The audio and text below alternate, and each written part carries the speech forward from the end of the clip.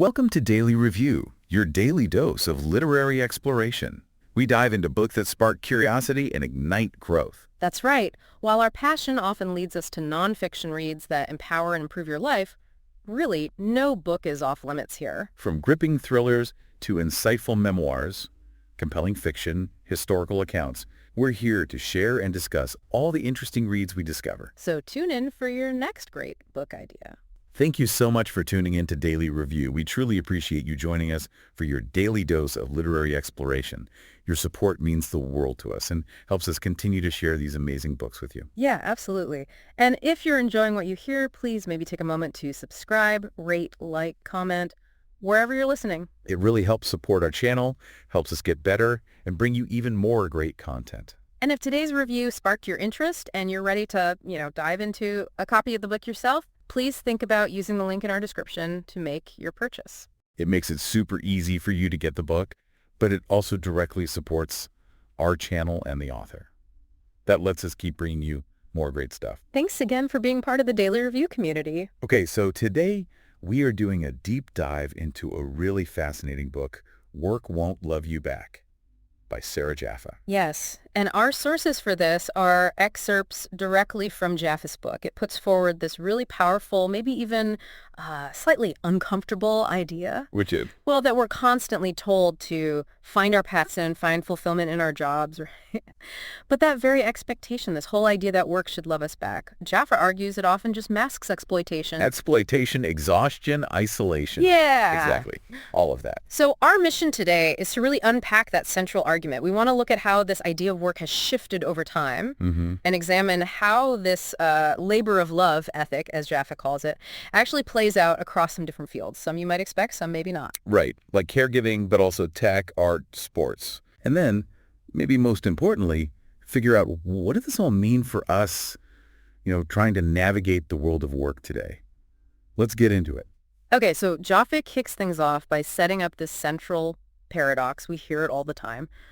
Work should be rewarding, fulfilling, part of our identity, a source of happiness. That's the dream, right? Find a job you love. Exactly. But then the reality for so many people is, low pay, really long hours, burnout. A lack of security, no real work-life balance. Precisely. It feels like this massive broken promise. And the book makes the point that this isn't how people always thought about work, at least not universally. There's been a pretty big shift, especially since, the 70s and 80s? Yeah, that's the time frame she points to. Before that, the dominant idea was more like an industrial ethic, sometimes called the Fordist bargain. Okay, what does that mean exactly? Think about, old school factory work.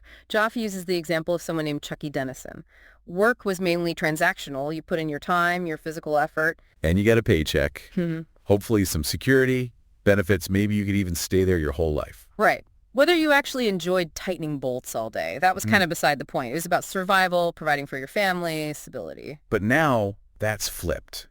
We're expected to be passionate, this labor of love ethic. The expectation is deep personal satisfaction from the work itself and security that often feels like it's taken a back seat in this new kind of deal. It's interesting, though, because the idea of finding meaning in work isn't totally brand new. Jaffe brings up historical figures. Like William Morris back in the 1800s, he was already asking if work could even be pleasurable under capitalism, arguing a lot of it was just useless toil. And then there's Max Weber, of course, the Protestant ethic. Right. Work as a calling for God or for moral good, not necessarily for, earthly happiness right now.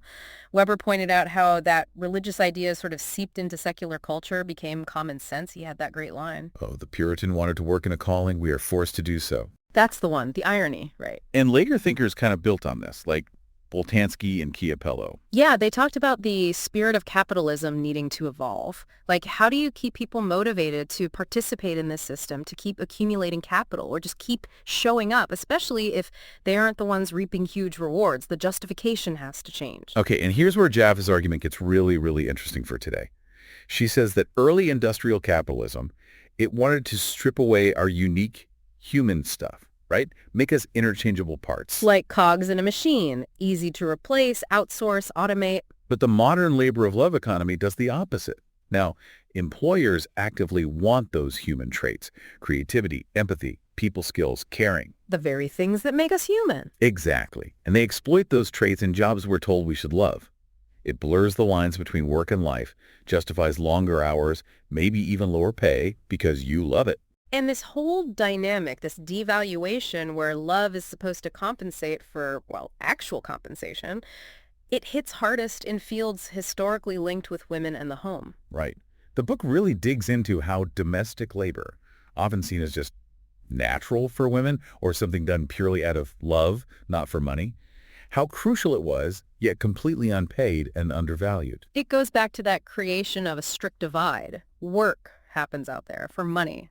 Home is separate, a place of emotion, not economics, which effectively made women's unwaged labor invisible, almost like a natural resource, as Sylvia Federici put it. Some call it the great domestication. There was also that weird contradiction, wasn't there? Women were told they had to be home because the work was essential, indispensable. Or the flip side, they were told they were too delicate for the harsh world of paid labor, so they should stay home. Either way, the result was reinforcing this unpaid role. Things like women's magazines, home economics classes, they all played a part. Which is what led to movements like wages for housework. Exactly. They challenged that head on, saying, look, this is real work, it produces value, it enables all other work, and it should be recognized and paid. Jaffe argues this analysis was crucial for understanding how capitalism relies on this hidden gendered foundation. And you can kind of see the economic value peeking through in other places, right? Definitely. Like economists calculate that if you paid minimum wage for all the childcare done within families, it'd be a huge chunk of the economy. The state pays foster parents. Courts award damages if someone loses the ability to perform household tasks. Like the value is acknowledged only when it's not assumed to be free. And that devaluation bleeds into paid jobs that involve similar work. Oh, absolutely. People in childcare, nursing, elder care, they often talk about how their skills are undervalued because caring is seen as just an innate trait, not a real skill you develop and get paid fairly for. Jaffe even connects this to government policy, like welfare reform in the U.S. back in the 90s. Yeah, she presents it as enforcing these work and family ethics, often using, frankly, racist stereotypes about black women needing to be forced to work, pitting women against each other. It framed welfare as something for lazy people, not a safety net anyone might need. That Johnny Tillman quote really hits hard there. Welfare's like a traffic accident. It can happen to anybody, but especially it happens to women. It cuts right through that victim-blaming narrative. And the personal stories in the book really bring home the cost of all this. Ray Malone in London on universal credit. Yeah, she talks about that intense stigma, like when the nursery staff asked her if she works, implying raising her daughter wasn't work. She said it felt like a knife in the stomach. Just navigating the punitive system, the job center with the small child was degrading. Which led to her art project, Okay. embroidering photos of other parents in that same situation, Yeah. using her creativity to document that struggle. And then there's Celie, the nanny. Her story highlights the incredibly blurred lines in care work. Leaving her own sick kid to go look after her employer's kids. Wow. Right, the long hours, the commutes, but also the frustration of employers undermining her routines, not treating her like the skilled professional she is because she's just the nanny. It makes you think of Angela Davis's point about enslaved black women. Exactly. Freed from the myth of femininity only to be brutally exploited for labor, yet somehow still expected to be inherently nurturing caregivers. The contradictions are deep. Home care work is another tough area mentioned, often dealing with intimate, sometimes unpleasant tasks. Dirt work, as it's sometimes called. Yeah, and it shifted from focusing on children to mostly elder care. These workers were often excluded from early protections like Social Security, and their needs can get pitted against the client's desire for independence, with the worker expected to be almost invisible. Even when companies try to standardize it, like Mary Maid's cleaning services. The marketing still often calls for that performance of love, right? Yeah. Looking for passionate individuals to clean houses, the expectation lingers. But people are organizing. That's crucial. Groups like the National Domestic Workers Alliance. Hugely important. They frame it perfectly. Domestic work is the work that makes all other work possible. Ai-jen Poo points out how the devaluation of this care work is deeply tied to structural racism and sexism. The pandemic really threw this into sharp relief too, didn't it? It really did. Suddenly staying home was an act of collective care, of social reproduction. It showed how interconnected we are. But then you had that intense pressure to reopen the economy, even if it cost lives. That comment from the Texas El Teen Cup. Suggesting grandparents should sacrifice themselves for the economy. chilling. It starkly showed how economic calculations can override the value placed on care, on life itself. So stepping back, what's the takeaway here about valuing care? I think the point is we desperately need systems, social structures, policies that actually value care work and compensate people fairly for doing it instead of just assuming families, mostly women, will do it for free out of love. It's about reclaiming the power of care, maybe. Yes, reclaiming its revolutionary potential, like Selma James asked. What if relationships, what if care became the priority that material production had to serve, instead of the other way around? And this whole labor of love expectation, it's not just in care work, is it?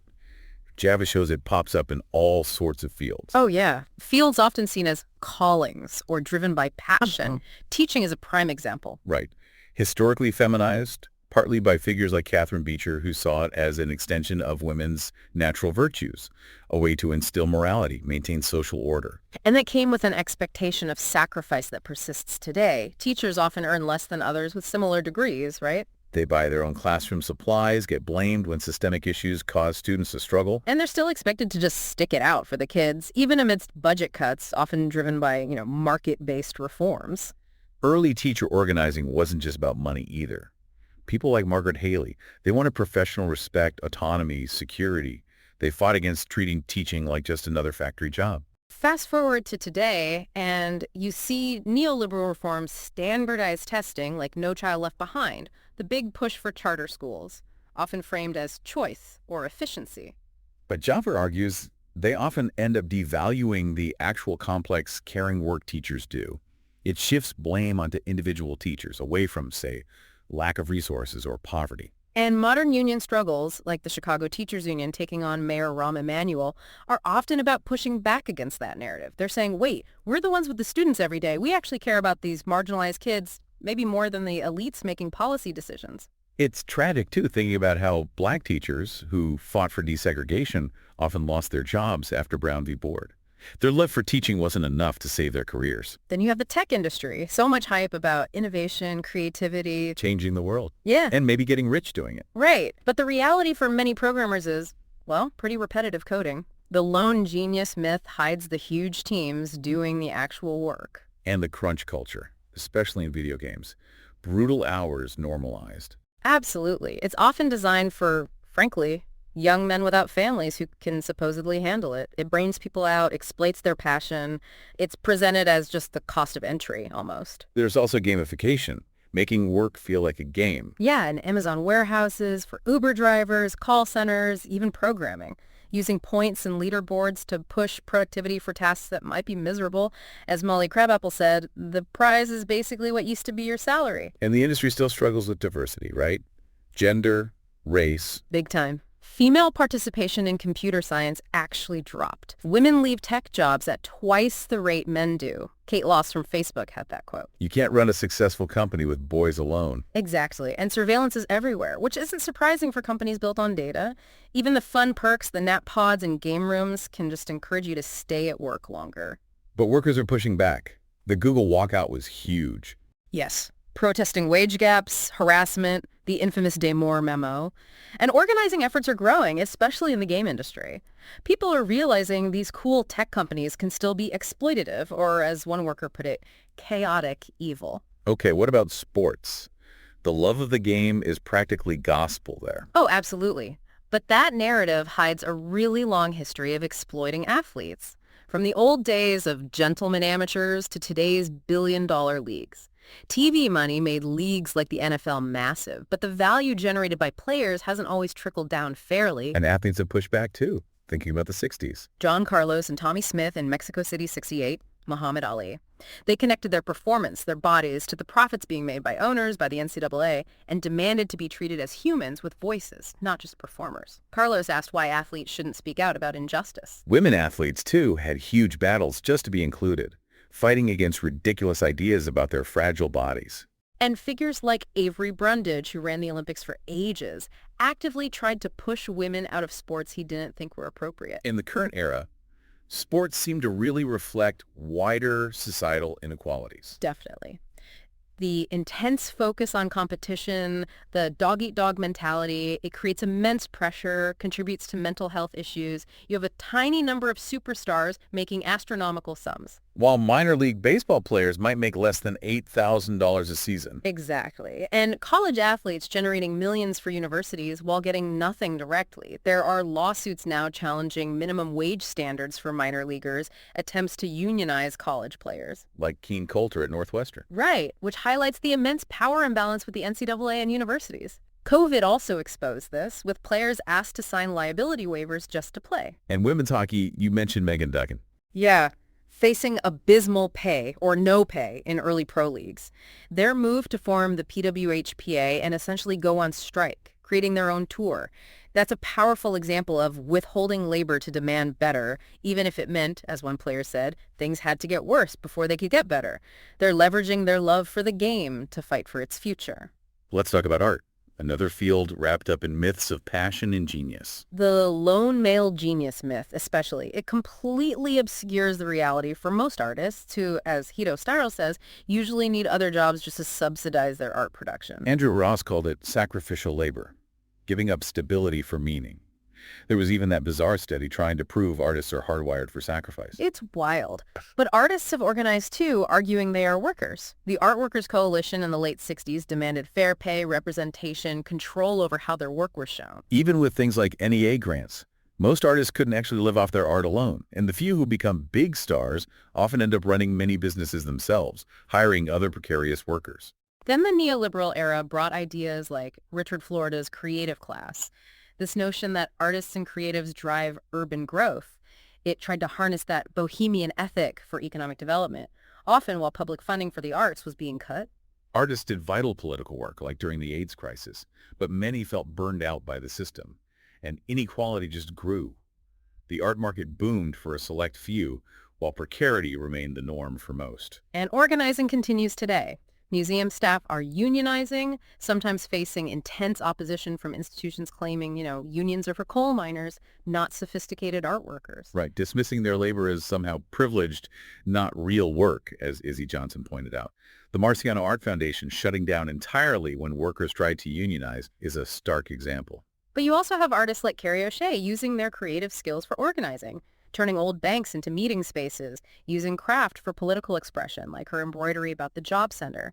She found that lockdown, away from market pressures, actually let her nurture her art and connections. Her studio became the world. Okay, last field, nonprofits.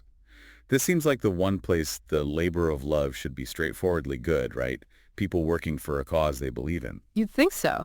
But Jaffe traces the history back to charity, which was often about power dynamics, the wealthy giving back, in ways that reinforce their status, sometimes linked to religious ideas of earning salvation by helping the poor. And women's unpaid voluntary work was huge here too. Social housekeeping. Yes, it was vital political work, abolition, suffrage, but framed as just an extension of women's domestic role. Later, women fought for professionalization, for social work to be seen as a skilled field, but often still within limits, needing to show their motivation was virtue, not ambition. So the trap today is that this expectation of selfless dedication persists, even for paid staff. Exactly. People pour themselves into the mission, which makes them, as Ashley Brink described from her time at Planned Parenthood, vulnerable to manipulation, lower pay, fewer benefits, all justified for the cause. That critique of the nonprofit industrial complex, or NPIC, Yeah, it points to how dependence on government funding or big donors can sometimes compromise the mission or lead to really poor working conditions, despite the good intentions. Ashley Brink's story was powerful. Feeling her commitment questioned just for organizing a union at Planned Parenthood. And seeing things like discrimination against pregnant colleagues, people needing GoFundMe for parental leave, finding out the organization faced lawsuits over denying breaks and overtime, it's disillusioning. She said there's so much focus on the mission. People become very vulnerable. And even after they won the union vote, she felt she had to leave because the environment was too uncomfortable. Cool, we got our union, I cannot work here anymore. That really says it all about the personal cost, even when you achieve a collective goal. So pulling all these threads together from different fields, care, teaching, tech, art, nonprofits, what's the common denominator? The pattern seems pretty clear, right? Across all these areas, the expectation that you should love your work is used, consciously or not, to justify exploitation. Lower pay, longer hours, precarious conditions, basically devaluing the actual labor involved. And it often hits marginalized groups, the hardest women, people of color, immigrants, young people starting out. Exactly. So the book's title, Work Won't Love You Back. It's blunt, but it's trying to cut through that myth. Jaffe argues that a society demanding most of our waking hours for work, even work we might find somewhat enjoyable, simply won't deliver happiness or fulfillment if the underlying relationship is exploitative. And it damages our personal lives too. Massively. Sylvia Federici's point again. Capitalism turns things that should satisfy our desires, relationships, hobbies, rest into more work, or squeezes them into the tiny gaps left over. Fitting friends in like appointments. Yeah, or Jaffe notes working-class women sometimes choosing single motherhood, partly because men's job prospects are so unstable. It's a heartbreaking choice driven by economic precarity. This feels like why the idea of reclaiming our time is gaining traction. Shorter work weeks, more leisure. There's definitely a growing hunger for it reflected in surveys. People are starting to question what's really important. Is it the job title, the endless hustle, or is it actually having a life? It highlights the class dimension, too. Ray Malone wanting time for her daughter is stigmatized, while a wealthy executive seeking work-life balance is praised. But amidst all this critique, Jaffe also sees potential, right? Moments of possibility. Yes, especially in collective action and connection. Nadia Isles' quote about rejecting the superficial catch-up for a coffee in the minute city. And instead needing real space to just relate to each other as human beings. That, Idle suggests, has revolutionary potential because it steps outside the logic of everything being transactional or work-related. Organizing itself is a form of that connection. Absolutely. Bringing people together across differences, finding common ground, building collective power. A union, ideally, requires that deep sense of solidarity, and injury to one is an injury to all, having each other's backs. And social movements can create these temporary spaces that feel different. Occupy camps, protests. They become sites not just for demands, but for care, for community, food committees, comfort committees, making sure people's basic needs are met right there, in the moment. Barbara Ehrenreich talks about the spirit of carnival in protests, moments of shared joy, music, creativity, where gratification isn't endlessly deferred. So solidarity isn't just about shared grievance. It's also about love. In a way, Angela Davis talked about love blended with power. It's not about necessarily liking everyone, but recognizing shared humanity, shared struggle, and standing together. That combination is potent. So the ultimate goal isn't just better conditions at work. It's also about reclaiming our time and energy from work, demanding the space to live, to create, to connect outside the demands of making a living. What could we do? What could society look like if we weren't spending most of our lives just trying to survive economically? It goes back to Marx, doesn't it? The realm of freedom really begins only where labor determined by necessity. Precisely. When we have time that is truly our own. So maybe the final thought for you, the listener, is this. If the whole system kind of relies on us channeling our hopes, our dreams, our desires into our jobs and into buying things, what happens if we resist that? What if we consciously turn that energy, that desire back towards each other, towards building stronger relationships, nurturing our communities, prioritizing our free time, our passions outside of work? What would you actually do with your time if you didn't have the constant pressure of work hanging over you? And maybe more immediately, how could building a world where that's more possible start right now just by valuing the people and the connections you already have? Something to think about.